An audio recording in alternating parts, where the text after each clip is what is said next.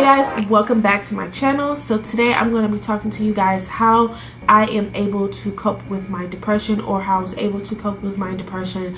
I got so many comments and questions on my depression video, and I was so thankful for you guys for the support and the love that was given to me on that video. And I also received a lot of comments on people who were also going through the same thing that I was going through, and I was able to kind of help them. And I'm so thankful that there was no negativity, and I did block any negative comments anyways, but I'm happy that there was really no negativity on that video, and I was happy that I was able to share my story with you guys. So today I'm going to give you guys my tips on how I was able to cope with my depression, or cope with my depression when it does hit and when it spikes. So if you want to get any tips on that, please continue to watch. So before we get started, you guys already know to click down below and subscribe to join the family here on Jackie Annette.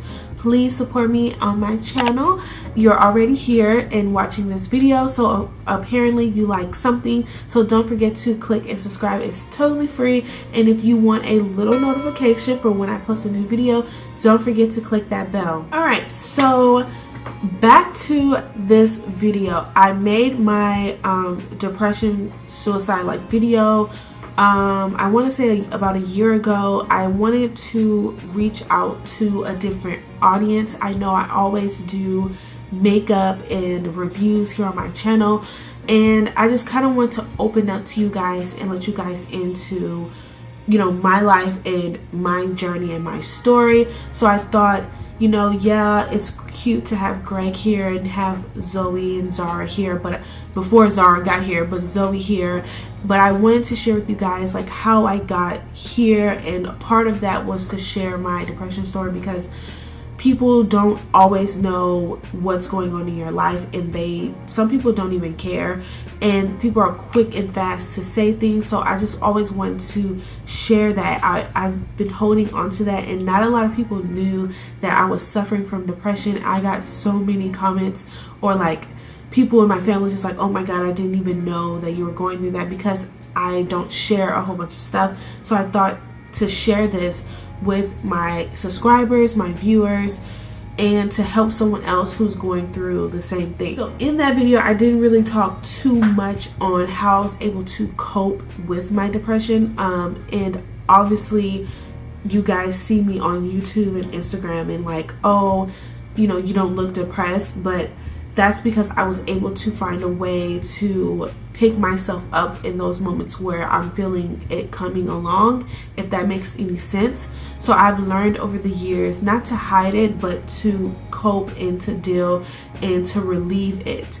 So I wanted to share that with you guys in case someone needs help. If you don't want to be on medicine and you know you can't find a way to figure that out. The first thing is journaling. I love to write down my thoughts and my feelings. It may seem cliche, but journaling is an easy way to kind of get out some of that extra stress before you fall down into that pit. And I love to write down my feelings, my thoughts, either on my laptop, my phone, or just a journal. I love writing by hand because it makes it feel like more personal, and I'm connecting more to whoever I'm writing it to, or whatever I'm writing about. So I have a lot of journals, and they're all for different purposes, because I like to keep things organized. So I think if you want to try out start journaling, it's the cheaper alternative, you know, besides from medicine. Keeping a journal on deck, you can keep it in your bag,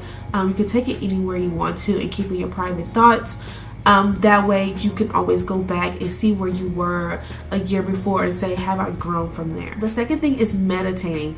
Meditating can be in the form of not just like when you see a monk, they're meditating. No, it can be a form of prayer. It can be a form of just having quiet time to where you can sit and think, and that could be a perfect time to do your journaling, or just for you to just relax and reflect on yourself when you feel that, okay, I hate myself, I can't believe I'm going through this, you know, all those negative thoughts, negative energy. Maybe you need to go to a place and escape. Sometimes I like to sit in my closet because it's the quietest place in the house and no one can find me because they're like, she's not there, let's go check somewhere else. And just sit there and go over your thoughts and breathe and meditate and relax, and then maybe take a step and start journaling into that, because when you get so overwhelmed with depression, with stress, it's hard for you to get your thoughts clear and understand what you're trying to tell yourself, because part of you are like, calm down, and the other part is like going crazy, and you can't hear the calm part because the crazy part is all over the place. So I love to meditate and just relax and have some time to myself. The third thing is to talk to someone. You may not think, oh, sharing your feelings with other people would help, but it does, especially when you have someone who loves you as much as like your spouse or a best friend. And when I say a best friend, I'm talking about somebody who's down for you. Don't just tell your business to anybody. But I love to talk to Greg like all the time. He knows every little thing about me more than any guy I've ever been with. Greg is the only guy I've been the most open with. So I share like all my thoughts and my feelings with him.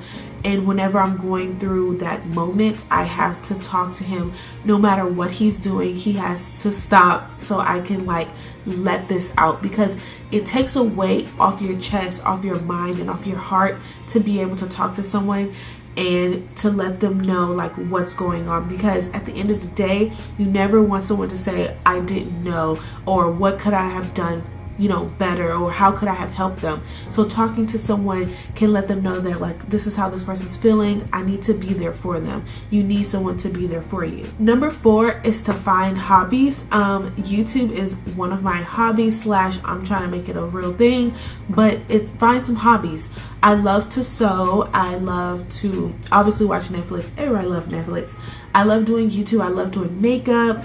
I love doing DIY party stuff. I just love doing a lot of little things, keeping my mind busy and not reflecting on negative energy, negative things. Find some hobbies that you love to do, whether it's working out all the time or scrapbooking, things like that remind you of good things. I'm saying keeping your mind busy and finding something positive, things that make you feel really good about yourself. Like, I love doing makeup because you know why? I can look however I want to. I love the way my face will look when I do makeup. It makes me feel good inside. Number 5 is what I decide to do is share your story. Sometimes after all these other things, sharing your story with other people will surprisingly let you know how worthy you actually are. In the time of depression, a lot of people do not understand that suicide is a high factor, and a lot of people just don't understand that how serious that taking your own life really is. And sharing your story will show you that there's other people out there like you who may need your help, and it also will open up your family, especially if they don't know, to let them know like this is what you've been going through, and so they can understand that like this person is hurting, and that way they can be there for you. So I loved when I shared my story. It was stressful and it took me a while to actually post it, but once I posted and I read the comments and everything and I got the feedback from people, I felt good about the decision I made to share my story with my viewers and my subscribers and everywhere. Like, even, you know, the things that was said, and I was able to open up, and my mom didn't even know, and now me and her have a beautiful relationship because I was able to share my story and sit down and talk to her. And you know, it was crazy that she didn't even understand the things that happened to me growing up and how it affected me now.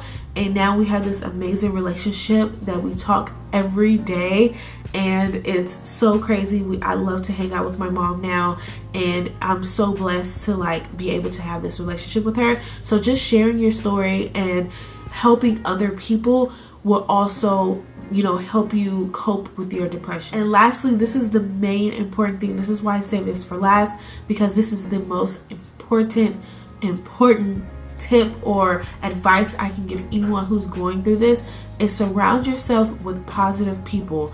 If you surround yourself with friends and family who understand and who's willing to help you and who care about everything you're going through, it will make it so much easier to surround yourself with friends or family who you are able to talk to and deal with this through, because you will not understand how hard it is to go through this with no one on your side and no one to have your back and no one to talk to. And if you have a lot of negative people in your life, people who tell you, oh, you're just upset about childhood stuff, that doesn't matter, why are you crying about that, oh, people talking about you, oh, boo-hoo, grow up, like, they don't understand the disease of depression. So maybe you need to cut ties with them and find some people who understand. Even join your focus group for depression for people who are like you. That would help. And also just, you know, the friends, especially the one friend that's like, oh, I'm here for you whenever you need to talk. You know, take advantage of that. Talk to them.